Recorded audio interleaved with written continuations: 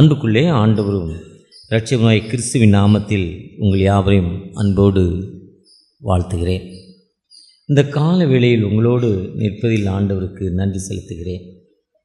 இந்த மீண்டுமாய் இந்த மாதத்துடைய முதல் நாள், இந்த லெந்து நாட்கள், இந்த வசந்த காலம், இந்த இலைதளிர் காலம், நம்மை புதுமைப்படுத்துகிற காலம், நமக்கும் ஆண்டவருக்குள்ள இடைவெளியான தொடர்பான பாவங்களை நீக்கி அவரோடு கிட்டி சேருவதற்கான ஒரு காலம். இப்படிப்பட்ட லெந்து காலங்களில் மீண்டுமாய் உங்களை சந்திப்பதில், உங்களோடு நிற்பதில் ஆண்டவருக்கு லெந்து கால வாழ்த்துக்களோடு, புது வருட ஆசீர்வாதங்களோடு கர்த்தர்தாமே உங்களை ஆசீர்வதித்து பாதுகாக்க கடவர் என்ற வார்த்தையின்படி நான் உன்னை நிச்சயமாக உன்னை ஆசீர்வதிக்கவே ஆசீர்விப்பேன் என்ற வாழ்த்தலோடு உங்களோடு நிற்பதில் ஆண்டவருக்கு நன்றி செலுத்துகிறேன். உங்கள் யாவருக்கும் என் அருமையான இந்த மாதத்துடைய முதல் நாள் வாழ்த்துக்களை தெரிவித்துக் கொள்கிறேன். இந்த நாளில் கூட இந்த தென்னிந்திய திருச்சபை 25 பேராயங்களுக்கு கொடுக்கப்பட்ட தலைப்பு call to the should be reach other burdens. பாவங்களை பகிர்ந்து கொள்ள அழைப்பு. பிறர் பாரங்களை, பிறருடைய சுமையை நாம் ஏற்றுக்கொள்ள அழைப்பு. ஒருவரின் சுமையை நாம் தாங்கி அழைக்க அழைப்பு. ஒருவருக்கொருவர் சுமை தாங்க அழைப்பு. அதாவது எப்படிப்பட்ட சுமைனா, கிராமங்களில் 2 கல் நிற்க வச்சு மேலே ஒரு கல் நிற்க வச்சுருப்பாங்க. தூரமாக அந்த வயலில் இருந்து அரிக்கட்டிகளை சுமந்து வருகிற மனிதன் கிட்டத்தட்ட ஒரு 20-30 வயலில் 2 கிலோமீட்டர் தூரத்துக்கு கூட வயல் இருக்கும். அந்த ஏரி, அந்த குளம் பெரிய குளம்னா ரொம்ப தூரத்துக்கு அந்த வயல் இருக்கும். அங்கேருந்து முன்னால் என்ன பண்ணுவாங்கன்னா, அங்கேருந்து அந்த அரிக்கட்டிகளை தலையில் தூக்கி வச்சு நடந்து தான் வரணும். நடந்து வந்து பொதுவாக ஒரு களம், ஒரு காலியான இடம் இருக்கும். அந்த இடத்துல அந்த நெல்லையோ கோதுமையோ கொண்டாந்து போட்டு அதை அடித்து அதை மூட்டையில் சேர்ப்பாங்க. ஒருவேளை இன்றைக்கி அட்வான்ஸ் டெக்னாலஜி, அறுக்கிற மிஷின் வந்திருக்கு. அதை அறுக்கிறப்பவே ஒரு இடத்துக்கு போய் ஒரு அது சுத்தம் பண்ணப்படுது. சுத்தம் பண்ணப்படுறப்போ ஒரு டேங்கில் போய் அந்த டேங்க் வழியாக மூட்டையாகி அப்படியே டிராக்டரில் ஏற்றி அப்படியே எடை போட்டு அப்போவே செக்கு வாங்கி இன்றைக்கி அந்தளவுக்கு அட்வான்ஸ் டெக்னாலஜி விவசாயத்தில். அந்த நடுவுறதுக்கு மிஷின். கடந்த நாட்களில் நான் பீகாருக்கு போயிருந்தேன். பீகாரில் சோளம் மாதிரி தட்டுறதுன்னு பக்கத்தில் போய் பார்த்தா மக்காச்சோளம். அந்த மக்கா ஒரு செடியில் 4-5 ஒவ்வொரு இணைப்பிலையும் வந்திருக்கு. ஒருவேளை அதை என்ன பண்ணுவாங்கன்னா, அந்த கதிரை அறுத்து ஒரு இடத்துக்கு கொண்டு வந்து அதை அடித்து அது ஒன்றாக சேர்ப்பார்கள். அந்த ஒன்றாக ஒருவேளை அவங்க ஒரு தூரத்துலேருந்து, அவங்க இருக்க இடத்துலேருந்து அது ஒரு 1/2 கிலோமீட்டர், 1 கிலோமீட்டர், 2 கிலோமீட்டர் தூரத்தில் இருக்கிறப்ப இன்றைக்கி அட்வான்ஸ் டிராக்டருக்கு ரொம்ப டெக்னாலஜி அட்வான்ஸ் வந்துருச்சு. எல்லாம் எரிபொருள், டீசல் தான் வேணும். ஆனால் எனக்கு தெரிந்து என்னுடைய தாயாரெலாம் அந்த தோட்டத்தில் போய் அறுக்க முடியாமல் அறுத்து, அந்த தண்ணி மழை பெஞ்சிருக்கும், சகதியாக இருக்கும், சின்ன வரப்பு, நடந்து வர்றதுக்கு சின்ன வழி, 2 இவர் தோட்டம், இதுக்கு இடையில் சின்ன வழி, ஒரு கால் மட்டும்தான் வைக்க இடம் இருக்கும். அதில் கிட்டத்தட்ட இன்னும் 50 கிலோ வெயிட்டு பாறை சுமையை வைத்து, ஈரமாக இருக்கும், அவங்க வெயிட் அளவுக்கு ஒரு வெயிட்டை தூக்கி தலையில் வச்சு அதில் அடிப்பெறலாமல் நடந்து வந்து வர்றப்போ அவங்களுக்கு மூச்சு வாங்கிடும். வயதானவங்களுக்கு அந்த மூச்சு வாங்குறப்போ அந்த ஒரு பாறை சுமை, அதுதான் அந்த 2 கல்லை வச்சு 2 கல்லை நிற்க வச்சு மேலே ஒரு கல்லை நிற்க வச்சு அதில் இறக்கி ஒரு 2 நிமிஷம் நின்று கொஞ்சம் மூச்சு வாங்கி பேலன்ஸ் வாங்கி விட்டுட்டு திரும்பவும் நடக்க இறப்பாங்க. இதுதான் அந்த பாறை சுமை. ஆண்டவர் அதே மாதிரி தான் சொல்கிறாரு, நம்முடைய வேதனையை, நம்முடைய பேடனை மற்றவருடைய பேடனை, மற்றவருடைய கஷ்டங்களை ஏற்றுக்கொள்ள நாம் அழைக்கப்படுகிறோம்.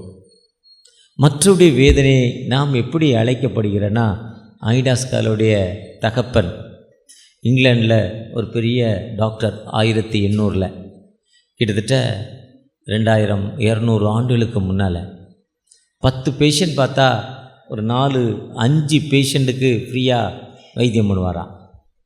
அவரை சுற்றி ஒரு 50 பேஷண்ட் இருக்குமா. இன்றைக்கி எங்கள் ஹாஸ்பிட்டல் ஒன்று மணலி நியூ டவுனில் இருக்குது, RMS ரெஃபேக்கா மல்டி ஸ்பெஷாலிட்டி. அந்த ஹாஸ்பிட்டலுக்கு மீஞ்சூர்லேருந்து ஒரு டாக்டர் நிறைய பேஷண்ட் அனுப்புகிறார். அவர்கிட்ட போய் சுற்றி பார்த்தா வெள்ளத்தை சுற்றி வச்சிருக்கிற மாதிரி அவ்வளோ பேஷண்ட்ஸாக சுற்றி ரொம்ப காசு கம்மியாக வாங்குறாரா, நிறைய பேருக்கு ஃப்ரீ கொடுக்குறாரா. அதேமாதிரி எழில் ஹாஸ்பிட்டலில் டாக்டர் மோகன் ஒரு நாளைக்கு 200 பேஷண்ட் 250 பேஷண்ட்டை பார்க்குறார். ஒரு நாளைக்கு 250 வியாதிஸ்தர்கள், கிட்டத்தட்ட 10 பேர் ஒருத்தர் 2 பேருக்கு ஃப்ரீயாக கொடுக்குறார். எத்தனையோ எங்கள் சர்ச்சில் ஒரு அம்மாவை அனுப்பினோம், நம்ம சுகம் ஹாஸ்பிட்டலில் அட்மிட் பண்ணி அவர் முடியாது, நீ கவர்மெண்ட் கொண்டு போயிருங்க, ஏன்னா சாப்பிட்றப்போ அது தப்பாக போய் அது அவங்களால என்ன செய்யணும், அந்த என்னென்ன அவரால் கண்டுபிடிக்க முடியல. ஐசியூவில் வச்சு ஒரு ஏழை, கிட்டத்தட்ட நான் சொல்வது ஒரு 10-15 வருடங்களுக்கு முன்னால், அன்றைக்கி 50,000 ரூபா செலவு பண்ணி சீரியஸ் கண்டிஷன், நீங்கள் கவர்மெண்ட் கொண்டு போயிருங்கன்னாங்க. அவங்க ஒரு பிராமண சகோதரி, புதுசாக ஆண்டவரை ஏற்றுக்கொண்டவங்க. அப்போ என்னை கேட்குறப்ப எனக்கு ரொம்ப நெருங்கிய டாக்டர் செல்லமாரியப்பன், ஒரு டயபெட்டிக் பேஷண்ட், எனக்கு நெருங்கிய தொடர்பில் ஒரு அவர்கிட்ட ஃபோனில் தொடர்பு கொண்ட இதே மாதிரி இருக்குன்னு. அப்போ அவர் சொன்னார், ஐயா அண்ணாச்சி நீங்கள் எழில் ஹாஸ்பிட்டலுக்கு மோகன்கிட்ட கொண்டு வாங்க அண்ணாச்சின்னாரு. மோகன்கிட்ட கொண்டு போனோன்னே மோகன் பார்த்துட்டு உடனே கண்டுபிடிச்சிட்டார். அண்ணாச்சி 2 குழாய் இங்கே இருக்குது, ஒன்று மூச்சுக்கு, ஒன்று உணவுக்கு. நான் பேசுகிறப்போ இப்போ உணவு குழாய் மூடிடும், அந்த காற்று குழாய் மட்டும் பேசும். நம்ம சாப்பிட்றப்போ இந்த குழாய் மூடிடணும், இது திறந்துருக்கும். ஆட்டோமேட்டிக் கடவுளுடைய அமைப்பு எப்படி இருந்தது, எலிவேட்டர் போட்டிங்கன்னா லெஃப்ட்டு ரைட்டு தன்னால் திரும்புகிற மாதிரி ஆண்டோடைய படைப்பு. இந்த அம்மாவுக்கு என்ன பண்ணால் அது வேலை செய்யலை. இந்த அம்மா சாப்பிட்றப்போ மூச்சு குழாய் வழியாக உணவு போயிடுது, இவ்வளோ தான் தகராறு, இதை சரி பண்ணால் போதும் என்னாச்சுன்னு சொல்லி ரொம்ப சீப்பாக. இதுதான் ஒருவர் பாரத்தை ஒருவர். அதே மாதிரி அந்த மீஞ்சூர் ஹாஸ்பிட்டல் டாக்டர் நிறைய பேஷண்ட் எங்கள் ஹாஸ்பிட்டலுக்கு அனுப்புகிறார். இதுதான் பிறருக்கு நாம் செய்யும் உதவி. அப்படிப்பட்ட உதவியை நாம் இப்போ, அதாவது பிறர் பாரத்தை நாம் சுமந்து, அப்படி தான் லண்டனில் அந்த ஐடாஸ்காலுடைய தாத்தா வேலை செய்வாராம். ஐடாஸ்கால் காலமே முடிஞ்சு 100 வருஷம் தாத்தா காலத்தை பாருங்கள். அவரை கூப்பிட்டு நீ போ இன்னும் அவங்க அப்பாவை மகனை அனுப்புனாராம். இந்தியாவில், ஆசியா கண்டத்தில் இந்தியாவுடைய தென்மேற்கு பகுதியில் ஒரு ஊர் இருக்குது, டாக்டர்ஸே இல்லை, நீ போய் உதவி செய்யினாராம். அவர் சொன்னாராம், இல்லை நான் போகல, இங்கேயே நான் தான் 10 பேருக்கு 3 பேர் 4 பேர் ஃப்ரீயாக பார்க்குறேனே, நான் அங்கே போய் சொந்த ஜனங்களை விட்டுட்டு நான் போக மாட்டேன்னாராம். ஆண்டவர் சொன்னாராம், இல்லை நீ புறப்பட்டு உடனே போனாராம். அவருக்கு 4 பிள்ளைகளாம். 4 பிள்ளைகளையும் கப்பலில் ஏற்றிக்கிட்டு வர்றப்பவே நடு கடலில் கிட்டத்தட்ட 90 நாள்லேருந்து 120 நாள் பயணம். அவங்க ஊர்லேருந்து கப்பல், அன்றைக்கி ஃப்ளைட்டு கிடையாது. ஃப்ளைட்டு இப்போ தான் 100 வருஷத்துக்கு முன்னால் கண்டுபிடிச்சாங்க, ஃப்ளைட்டு கிடையாது. அப்போ கப்பலில் வரப்போ ஒரு குழந்தை இறந்து போச்சான். 1850 கிட்டத்தட்ட. அந்த குழந்தை கடலில் தண்ணியில் வந்துட்டு இருக்கும். அந்த குழந்தைய அடக்கம் பண்ண முடியாது, வச்சிருக்க முடியாது, தண்ணிக்குள்ளே தூக்கி போட்டு வந்தாராம். வந்த பிறகு இங்கே அவர் ஊழியத்தை, அவருடைய டாக்டர் பணியை ஆரம்பிக்கிறார். அந்த மக்கள் மருத்துவம் இல்லாமல் அநேக மக்கள் இறந்து போகிறாங்க. மருத்துவமே இல்லை, எல்லாம் கை மருந்து தான். இன்றைக்கி 100 வயசு 95 வயசு இருக்குன்னா டேப்லெட்டில் அட்வான்ஸ் ட்ரீட்மெண்ட்டு. ஒரு குருவானுடைய தம்பி போன வாரத்தில் இறந்துட்டார். அவருடைய துணைவியார்ட்ட நேற்று ராத்திரி 11 மணிக்கு 10 மணிக்கு மேலே திருவள்ளூரில் நான் பேசிக்கிட்டு இருக்கப்போ பல முறையில் பல வகையில் அவர் முடிஞ்சு போச்சுன்ன பிறகு 1 மாதம் மாத்திரை மருந்து மூலம் எப்படியாவது டெவலப் பண்ணிடலாம். அயன் குறைஞ்சிட்டான், பொட்டாசியம் குறைஞ்சிச்சான், சோடியம் குறைஞ்சிச்சான், லிவர் கெட்டு போச்சு, இதை இப்படியாவது டெவலப் பண்ணிடலாம். ஒரு மாத்திரை கொடுத்து கிளிக் பண்ணுமா, இப்போ நம்ம டவுன் ஆகுமா. அந்த அம்மா சொல்கிறாங்க, இந்தளவுக்கு அட்வான்ஸ் டெக்னாலஜி மெடிக்கலில் வந்துருச்சு. அப்படி அவர் அழகாக வேலை செஞ்சிருப்போ, அவர் மகள் +2 படிக்கிற பொண்ணு இந்தியாவுக்கு வந்திருந்தாலாம். சொன்னாலாம்மா, நீ ஒரு நர்ஸாக இந்த பிள்ளைகளுக்கு உதவி செய்யுமான்னுச்சா. அந்த பொண்ணு சொல்லிச்சான், யூ ஆர் எ ஃபூல், நீ முட்டாள், இவனுக்கு பேண்ட் ஷர்ட்டே தெரியாது, கோமணம் கட்டுருவேன், இவன்கிட்ட போய் நான் வேலை செய்ய மாட்டேன்ருச்சான். ஆனால் இவ்வளோ தூரம் சொன்னார், கேட்கல. ஒரு நாள் அங்கே முதல்ல ஒரு பெண் பெண்ணுக்காக பிரசவத்திற்காக லேடி டாக்டர் வேணுங்கிறாங்க. 3 பேர் லைனாக வர்றாங்க, 3 மதத்திலிருந்து. கொஞ்ச நேரத்தில் இது லேடி டாக்டர் இல்லை, அவங்க அப்பா ஜென்ஸ் டாக்டர். அந்த பிரசவ வேதனையில் அந்த 3 பெண்களும் இறந்து விட்டாங்க. இந்த உலகத்திலே ரொம்ப அதிகமான வேதனை எதுன்னா பிரசவம்தான். அதுக்கு தான் லேபர் வார்டு என்று சொல்லப்பட்டிருக்கு. இந்த லேபர் வார்டுங்கிறது தான் உலகத்தில் பிரசவம் மட்டும்தான் அதிகமான வேதனை, அதிகமான துன்பம். ஏன்னா ஆண்டவருடைய கட்டளையை மீறி போனதால், மனுக்குலத்தை பாவத்திற்குள் உட்படுத்தினதால், வார்த்தைக்கு உபே பண்ணதால், முதல் பெண் வார்த்தைக்கு கீழ்ப்படியில்லைங்கிற ஒரு வார்த்தைக்காக மன்னித்த ஆண்டவர் ஒரு கஷ்டத்தை கொடுக்குறார். உலகத்தில் வேறு எந்த வலியுமே பெரிய வலி கிடையாது பிரசவ வலியை போல. அந்த பிரசவ வலியில் 3 பெண்களும் இருந்து பாடியாக போகுது. அந்த பெண் கேட்குது, இது என்ன 3 பேர் ஒன்று பின்னால் ஒன்று போகுது. கொஞ்ச நேரத்தில் ஒரு 1 hour 2 hours கேப்பில் பிரசவத்திற்கு வேதனையில் இறந்து போனார்கள். அந்த அம்மா அப்படியே கண் கலங்கிச்சான். ஐயோ அப்பா எவ்வளோ தூரம் சொல்லி கேட்கலையேன்னு அப்படியே இங்கிலாண்டில் போயிட்டு பிஎஸ்சி நர்சிங் படிச்சுட்டு வந்து திண்டிவனத்தில் முதல் நர்சிங் ஆரம்பித்து, அடுத்து ராணிப்பேட்டையில் அடுத்த நர்சிங் அந்த ஹாஸ்பிட்டலில் ஆரம்பித்து, அடுத்து வேலூரில் அந்த சிஎம்சி கிறிஸ்டியன் மெடிக்கல் கவுன்சிலுங்கிறத அதை ஆரம்பித்து இந்தியாவில் வேர்ல்டு லெவலில் இன்றைக்கி டாக்டர்ஸ் படிக்கணுன்னா கவர்மெண்டில் எவ்வளோ ஃபீஸோ அந்த ஃபீஸில் டாக்டர்களை படிக்க வச்சு கடைசி ஸ்டேஜில் ஒரு பேஷண்ட் அங்கே கொண்டு போனாலும் அந்த பேஷண்ட் அங்கே போனப்புறம் ஒரு 6 மாதமோ 1 வருஷமோ 2 வருஷமோ, நான் சொன்ன அந்த ஐயருடைய தம்பி அங்கே மரண படுக்கையில் தான் கொண்டு போனாங்க. கொண்டு போன பிறகு கிட்டத்தட்ட 2 ஆண்டுகள் அவருக்கு ஆண்டவர் புதுமையை கொடுத்திருக்கிறார். எனக்கு தெரிஞ்சு ஒரு 5 வருஷத்துக்கு முன்னால் செய்யார், ஆரணி, திருவண்ணாமலை, வந்தவாசி இதெல்லாம் பக்கத்து ஊர், 15-20 கிலோமீட்ரு. ஒரு பிரசவ வேதனை ஒரு அம்மாவுக்கு எல்லா டாக்டரும் சிசரின்னு தான் சொல்லிட்டாங்களாம். அந்த பொண்ணுடைய அம்மா கண்டிப்பாக என் மகளுக்கு சிசேரியன் பண்ணக்கூடாதுங்கிற முடிவு. 5-6 ஹாஸ்பிட்டல், 5-6 ஊர், திருவண்ணாமலை, வந்தவாசி, செய்யார், ஆரணி, இன்னொரு ஊர், 5 ஊருக்கு போய் 5 ஊருக்கு கண்டிப்பாக சிசேரியன் தான். மீண்டும் அந்த அம்மா அந்த பொண்ணு வேதனையோடு பிரசவ வேதனையோடு சிஎம்சிக்கு கொண்டு போகிறாங்க. Normal delivery. 10 குழந்தை பிறந்தா இல்லை 100 குழந்தை பிறந்தா 99 குழந்தை நார்மல் டெலிவரி தான்.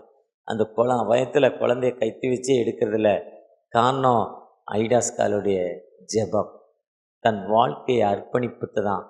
அந்த அம்மா அந்த கார் வந்த புதுசில் அந்த காரில் மெடிக்கல் கேம்பு கிராமங்களுக்கு போவாங்களாம். அந்த கார் பேர் சொன்னாங்க, மறந்துட்டேன். பயங்கர சத்தம் போடுமா காரு. அந்த கார் சத்தத்தை கேட்ட உடனே அந்த கிராமத்து மக்கள்லாம் ஓடிடுவாங்களாம். ஏதோ ஒரு அசுத்தாவி வருது நம்மளை தேடின்னு, அந்தளவுக்கு சத்தம் போடுமா. ஆனால் அந்த அம்மா அந்த கிராமத்தில் வண்டியை நிப்பாட்டி மக்களை கூப்பிட்டு 150 வருஷத்துக்கு முன்னாலே மெடிக்கல் கேம்ப் நடத்தியிருக்காங்க. மாத்திரை மருந்து கொண்டு போய் இன்றைக்கி அனாசின், இன்றைக்கி எல்லாரும் சர்வசாதாரணமாக மருத்துவத்தில் போய்கிட்டு இருக்கோம். அன்றைக்கி மருத்துவம் ஒன்றுமே கிடையாது. வயிறு வலிக்குதா, சீரகத்தை குடி, வேப்பிலையை குடி, அவ்வளோதான் உன் தலையெழுத்து. குடித்து எத்தனையோ பேர் செத்து போயிருக்கான். ஆனால் இன்றைக்கி இவ்வளோ அட்வான்ஸ் டெக்னாலஜி.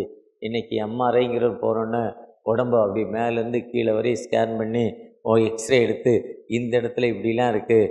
எங்கள் அம்மாவில் ஒரு சின்ன பொண்ணு வேலை செய்யுது, 22 வயசு இருக்கும், 2 பிள்ளைகள், கழுத்தில் ஒரு கட்டி. அந்த கட்டியை பார்த்துட்டு இந்த கழுத்தை சுற்றி மட்டும் இல்லை, இந்த மகளுக்கு இந்த உடம்பு முழுவதும் கட்டியிருக்கு.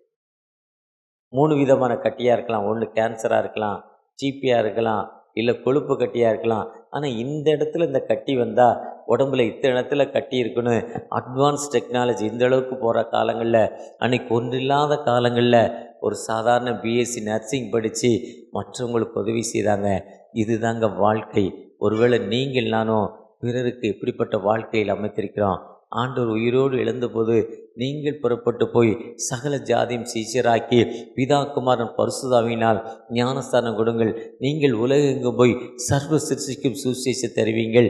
ஐயா, அன்றியும் மனம் திரும்புதலும் பாவமன்னிப்பும் எருசலேம் தொடங்கி சகல தேசத்தாருக்கும் அறிவிக்கப்பட வேண்டும் என்று சொன்ன பிரகாரமாய் பிதா என்னை அனுப்பினது போல நான் உங்களை அனுப்புகிறேன் என்று சொல்லி அந்த 70 பேரை நீங்கள் சீக்கிரமாக போங்க, இலவசமாய் பெற்றீர்கள், மரித்தோரை எழுப்புங்க, வியாதி உள்ள மக்களை சரி பண்ணுங்க, குஷ்ரோகிகளை சரி பண்ணுங்க, பிசாசுகளை துரத்துங்கள் என்று மத்தேயு 10:8 108 ஆம்புலன்ஸ் படி நீங்கள் இலவசமாய் பெற்றீர்கள், இலவசமாய் கொடுங்கள், நீங்கள் புறப்பட்டு போய் சகல ஜாதியும் சீஷராக்கி பிதாக்குமான் பரிசுத்த நீங்கள் பெற்றது நீங்கள் கொடுங்கன்னு சொன்னாங்க.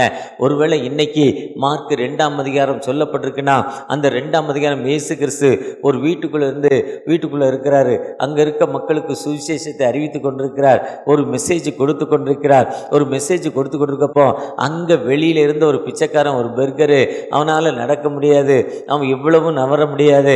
அப்படிப்பட்ட ஒரு மனிதனை கண்டுபிடித்த அந்த 4 பேர் அந்த மனுஷனை எப்படியாவது இயேசுட்ட கொண்டு போனால் அவருக்கு விடுதலை கிடைச்சிருங்கிற ஒரு கான்பிடென்ட், ஒரு நம்பிக்கை இருக்குது.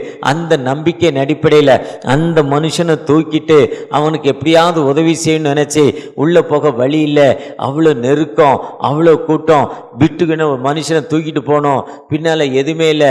அப்படிப்பட்ட நிலைமையில் அவங்க நடந்து போகிறாங்க.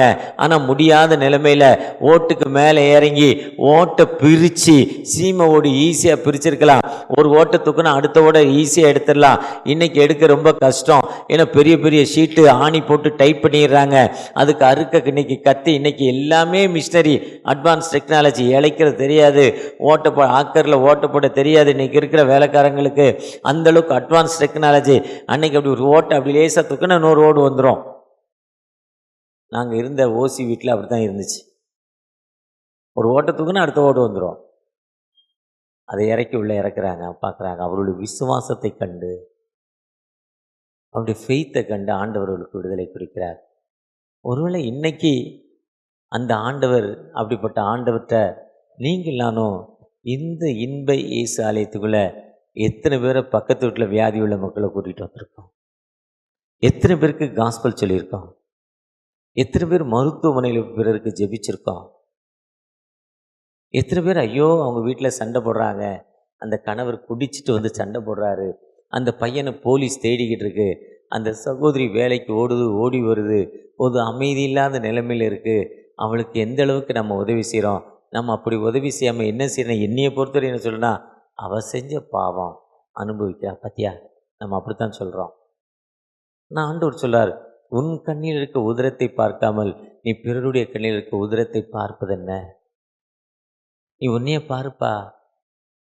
இச்சிறியவளுக்கு எதை செய்தாயோ எனக்கே செய்தாய். அந்த மக்களுக்கு ஒரு காஸ்பல் சொல்லு. முதல்ல அந்த மக்களுக்காக ஜெபம் பண்ணு. ஃபஸ்ட்டு நம்ம போய் கூப்பிட்டோன்னா வரமாட்டாங்க. பாரம்பரியமாக அவங்க ஒரு மதத்தில் ஒரு அடிப்படையில் இருக்காங்க, அதுலேருந்து பாரம்பரியமாக வரமாட்டாங்க. வராத அந்த மக்களுக்கு நம்ம காஸ்பல் சொல்கிறப்போ, ஆண்டவர் நம்ம விடுதலை சொல்கிறப்போ, அந்த ஆண்டவர் நமக்கு வாழ்வு கொடுக்கும் ஆண்டவர்.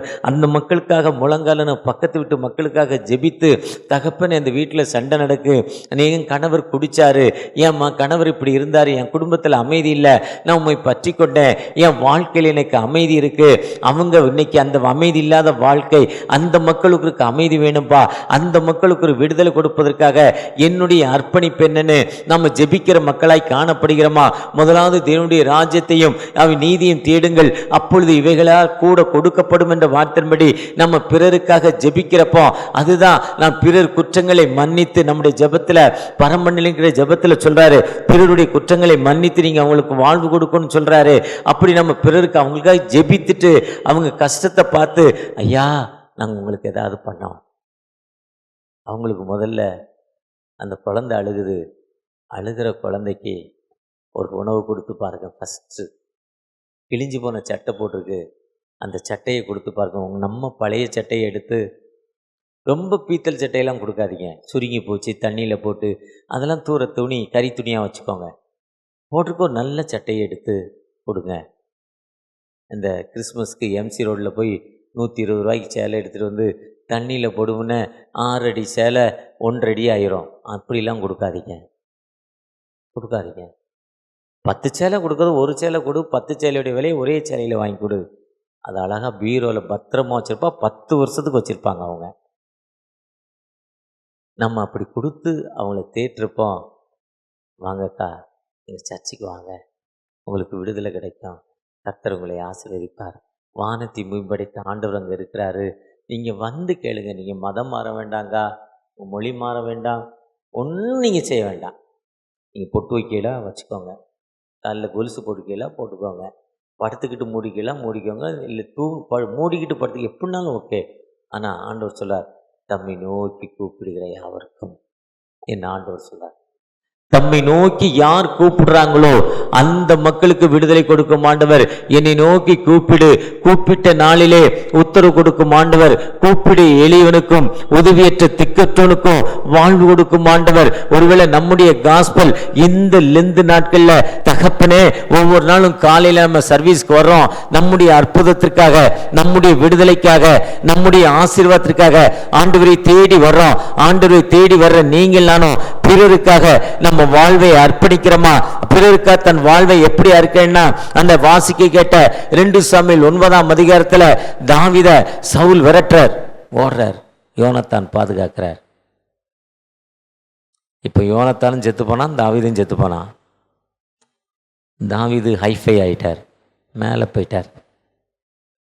நம்ம மனுஷ இயல்பு ஒருத்தரை மிதித்து கீழே தள்ளினா தான் மேலே போக முடியும். இதுதான் அரசியல். சாதாரண அரசியலை பார்த்தாலும் சரி, திருச்சபை அரசியலை ஒருத்தனை க்ளோஸ் பண்ணால் தான் நம்ம முன்னேற முடியும்.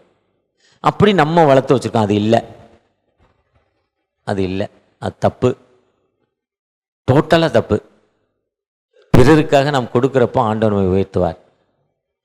உயர்த்தப்பட்ட பொழுது அவர் கேட்குறாரு, எனக்கு யோனத்தான் வாழ்வு கொடுத்தாரா, அவங்க வீட்டில் யாராவது இருக்காங்களா கேளு. அந்த சீபாவை கூப்பிட்டு கேட்குறார்.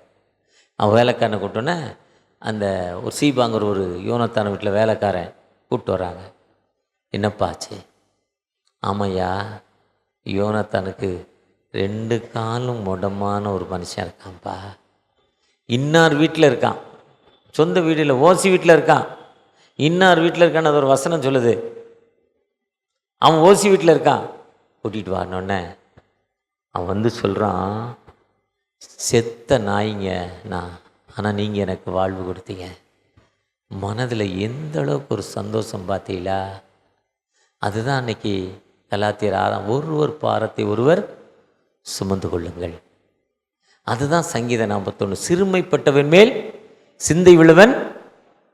இன்னைக்கு இவ்வளோ வலது கைக்கும் இடது கைக்கும் தெரியாத மக்கள் அழிந்து கொண்டிருக்காங்க.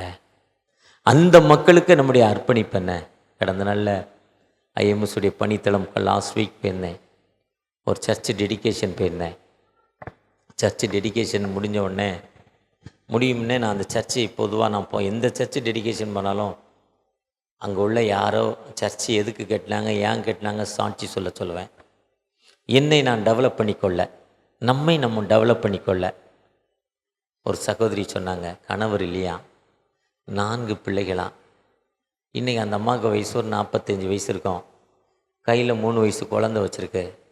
பேத்தியான், நான் அது குழந்தைன்னு நினச்சேன், பேத்தியான். அதுக்கு 45 வயசில் ரொம்ப வியாதி, ரொம்ப கடன் பிரச்சனை, அமைதி இல்லை, ஒன்றும் இல்லை. அங்கே இருக்க ஒரு மிஷினரி வந்து ஜெபம் பண்ணாரா, எவாஞ்சலிஸ்ட். ஆண்டவர் ஜெபத்தை கேட்டாரா. இந்த அம்மா ஆண்டவரை ஏற்றுக்கொண்டதா. ஏற்றுக்கொண்ட பிறகு கணவர் செத்து போகிறார். ஒரு குடியார கணவர் செத்து போனானேன்னு திரும்ப போல உறுதியாய் பற்றி கொண்டு 5 சென்ட் இடத்த சர்ச்சைக்கு கொடுத்து, தன் சொந்த இடத்த சர்ச்சைக்கு கொடுத்து. அந்த கிராமம் எப்படி இருக்குன்னா, அந்த கிராமத்து பேரை மறந்துட்டேன். அந்த கிராமத்துக்கு போகிறதுக்கு ஒரு ஆற்றுக்குள்ளே, வண்டியே ஆற்றுக்குள்ளே இறங்கிச்சு. 1 அடி தண்ணியில் ஒரு ஆற்றை தாண்டி பாலம் இல்லை. அப்போது மழை பெய்கிற காலத்தில் இப்போ தண்ணி 1 அடியில் ஒரு 100-200 மீட்டர் நீளத்துக்கு தண்ணீர் ஓடிக்கிட்டு இருக்கு. 1/2 கிலோமீட்டர் ஆறு, 500 மீட்டர் தூரத்துக்கு அகலமான ஒரு ஆறு. மழை காலத்தில் வண்டி போகாது, போக்குவரத்து இல்லாத ஒரு கிராமம். ஆண்டவர் எனக்கு வாழ்வு கொடுத்தாருன்னு அந்த அம்மா கொடுத்துச்சு. எப்படி ஐடியா ஸ்காலர் தன் வாழ்வை அர்ப்பணித்ததால் இன்றைக்கி சிஎம்சி ஒரு தலை திறந்த கல்லூரியாய் பஞ்சாபில் லூதியானாலேயும் வேலூர்லேயும் இருக்குது. இன்றைக்கி ஒரு தலை சிறந்த கல்லூரியாய் அநேகருக்கு பயன்பாட்டுக்கு பண்ணுவது. உள்ள நீங்கள் நானும் நம்முடைய வாழ்க்கை பிறருக்கு அர்ப்பணிக்கிறப்போ அந்த ஆண்டவர் நம்மை உயர்த்தும் ஆண்டவர், அந்த ஆண்டவர் நமக்கு வாழ்வு கொடுக்கும் ஆண்டவர். நீங்கள் புறப்பட்டு போய், நீங்கள் நானும் இன்றைக்கி இருக்கிற நிலைமை, மிஷன் ரொம்ப கஷ்டம். இந்தியாவில் எங்கேயாவது போய் ஒரு ட்ராக்ஸ் கொடுத்துட்டானா அடுத்து ஜெயில் தான். ஒரு வீட்டில் போய் நான் ரெவரண்டு ஒரு வீட்டில் போய் ஜெபம் பண்ண போனோடனே இவர் மதம் மாற்றம் வந்துட்டான், உடனே ஜெயில் தான். ஜெபம் நடத்த முடியல, ட்ராக்ஸ் நடத்த முடியல, சர்வீஸ் நடத்த முடியல. சர்வீஸில் யார் உட்காந்துருக்காங்கன்னே தெரியல, வீடியோ எடுக்கிறாங்க. இவர் மதம் மாற சொன்னார்னு உடனே அடுத்து சர்வீஸ் முடிஞ்சு வெளியே போகும்னு ஜெயில்.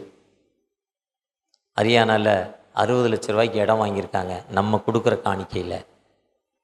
ஒரு ஃப்ளாட்டு போட்டு விற்கிறவர்கிட்ட அந்த பிளாட்டை வாங்கி சர்ச்சு கட்டலை, ஹாஸ்டல் கட்ட போகிறாங்க. சர்ச்சு கட்ட முடியாது, சமுதாய பணி கட்ட விடலை. அவங்க என்ன சொல்கிறாங்க, நீ யார் என் மக்களுக்கு கொடுப்பது? ஏன்னா ஒரு ஹாஸ்டலில் போய் மூட போனால் அங்கே இருக்கவன் அடிக்கிறான் அவனை திரும்ப. இவ்வளோ நாள் எங்கடா போனேன், அவன் ஏதோ வந்தான், எனக்கு துணி கொடுத்தான், சோறு கொடுத்தான், கல்வி கொடுத்தான், அவன் படிக்க வச்சதில் என் பிள்ளை இன்ஸ்பெக்டராக இருக்கான், என் பிள்ளை ஐஏஎஸாக இருக்கான், என் பிள்ளை மனுஷனாக இருக்கான், சமூகம் மாறி இருக்கு, ஏதோ மதராசிக்காரன் எங்கேருந்து காஸ்பல் சொல்கிறான், அவனை கேட்கறதுக்கு நீ யாரா ஓடுறான்னு அடித்து விரட்டுறான். அதில் ஹாஸ்டலே திறக்க விட மாட்டான். அன்னைக்கு சர்ச்சு திறக்க முடியாத நிலைமை போய் ஹாஸ்டலோ டே கேர் சென்டரோ ஸ்கூலோ, நீ வேண்டாம், நீ போ ஊருக்கு, நாங்கள் பார்த்துக்குறோம், எங்கள் மக்களை என்ன பண்ணணும்னு எங்களுக்கு தெரியும், நீ யாராங்கிறான். ரொம்ப கஷ்டமான ஒரு சூழ்நிலை இன்னைக்கு இந்தியாவில். இன்னைக்கு இந்த நிலைமை மாற்றப்பட நீங்கள் நானும் ஜெபிக்கும்படி, ஒருவேளை 3 நாட்கள் 4 நாட்கள் போனேன், 4 நாட்களும் கண்ணீரோடு தான் ஜெபம் பண்ணியிருக்கேன். தகப்பனே இந்த நிலைமை மாற்றப்படணும்னா அந்த மிஷனரிகள் அர்ப்பணிப்போடு தங்கள் வாழ்வை அர்ப்பணிக்கிறாங்க. அந்த இவாஞ்சலிஸ்ட் அப்படி துடிதுடிப்பாக இருக்காங்க காஸ்பல் சொல்வதில். ஏன்னா ஒரு அழிந்து போகிற ஆத்மாவுக்கு விடுதலை கிடைக்குங்க. ஹேங்கிங் போகிறவன் இயேசுவை பற்றி தெரிந்து கொள்கிறப்போ தூக்கு மரத்துலேருந்து வெளியே வந்துடுறாங்க. திருச்சபைக்கில் யாரோ ஒருத்தர் அப்படி ரோட்டில் போகிற உட்கார்றாரு, சாக போகிறேன், கடல் பக்கத்தில் இருக்குது, பக்கத்தில் இருக்க கடலில் விழுந்து செத்து போகிறேன்ட்டு ஒருவருடைய உட்காந்துட்டு இந்த வார்த்தையை கேட்ட பொழுது, அந்த வார்த்தை எனக்கு விடுதலை வார்த்தைன்னு எவ்வளோ பேர் இன்றைக்கி உயிர் வாழ்ந்து கொண்டிருக்காங்க. எவ்வளோ பேர் மரண படுக்கையிலேருந்து இந்த வியாதியில் இருக்கேன், நான் நம்பிக்கையோடு ஜெபம் பண்ணேன், ஆண்டவர் எனக்கு விடுதலை தந்தார்னு சொல்லி எவ்வளோ மக்கள் ஜெபித்து விடுதலை பெற்று கொண்டிருக்காங்க. இந்த காஸ்பலை நாம் பிறருக்கு சொல்ல அழைக்கப்படுகிறோம். ஒருவேளை இந்த 3வது மாதத்தில் இந்த முதல் தேதியில் நாம் எபேசியர் 6ஆம் அதிகாரத்தில், கலாத்தியர் 6ஆம் அதிகாரம் சொல்றது, ஒருவர் பாரங்களை ஒருவர் சுமங்கள்னு சொல்லுது. வருத்தப்பட்டு பாரம் சுமக்கிறவர்களே நீங்கள் என்னிடத்தில் வாருங்கள், நான் உங்களுக்கு இளைப்பாறுதல் தருவேன்னு சொல்றாரு. அப்படிப்பட்ட ஆண்டவர் நம்மோடு கடந்து வந்திருக்கிறார். அந்த ஆண்டவர் ஒரு விடுதலை தரும் ஆண்டவர். ஒருவேளை அந்த ஆண்டவர்கிட்ட நம்முடைய காஸ்பல், நம்முடைய சுவிசேஷ பணி என்ன? அப்படிப்பட்ட அர்ப்பணிப்போடு, தகப்பனே எனக்கு ஒரு விடுதலை கொடுங்க, என்னை பிளஸ் பண்ணுங்க, உம்முடைய கிருபை எனக்கு தாங்க தகப்பனே, உன்னுடைய இரக்கத்தை எனக்கு தாங்க தகப்பனே என்று அவரை நோக்கி பார்ப்போமா? பார்க்குறப்போ நிச்சயமாகவே நமக்கு விடுதலை கொடுக்கும் ஆண்டவர்.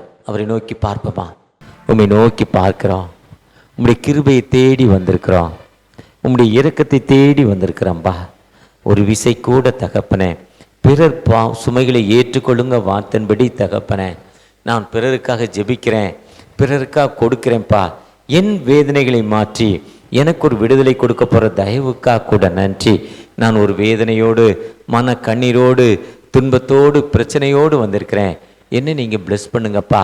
உம்முடைய கிருபை எனக்கு தாங்க, உம்முடைய இரக்கத்தை எனக்கு தாங்க, உம்முடைய வழியிடத்தில் எனக்கு தாங்க. என்னை பிளஸ் பண்ணுங்க, என்னை ஆசீர்வதிங்க.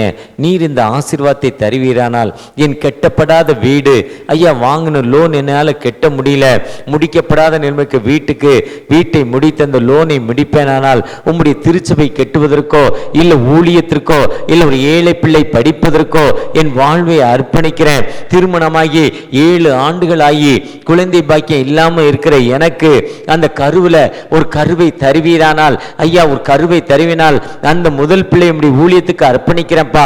இந்த மோசமான நிலைமையிலும் உம்முடைய ஊழியத்திற்காக என் பிள்ளையை நான் கொடுக்கிறேன் என்று அர்ப்பணிப்போடு ஜெபிக்கிற ஒரு அன்பு மகளுக்காக தகப்பனே, என் மகளுக்கு திருமணம் நடக்கல, திருமணம் நடக்க பல தடைகளப்பா, பணம் இல்லை, பல தடைகள் மத்தியில் எத்தனையோ வரன்கள் வந்தோம், என் பிள்ளைக்கு திருமணம் நடக்கல, எனக்கு ஒரு வாழ்வு கிடைக்காதா, என் பிள்ளையை நான் ஷார்ட் டைமா ஒரு 6 மாதம் மிஷன் ஸ்கூல்ல டீச்சரா ஒரு 6 மாதம் முடி ஊழியத்தை செய்வதற்கு அனுப்ப போறேன்ப்பா, நான் ஒப்பு கொடுக்கிறேன், ஒப்பு கொடுக்கிறப்பா.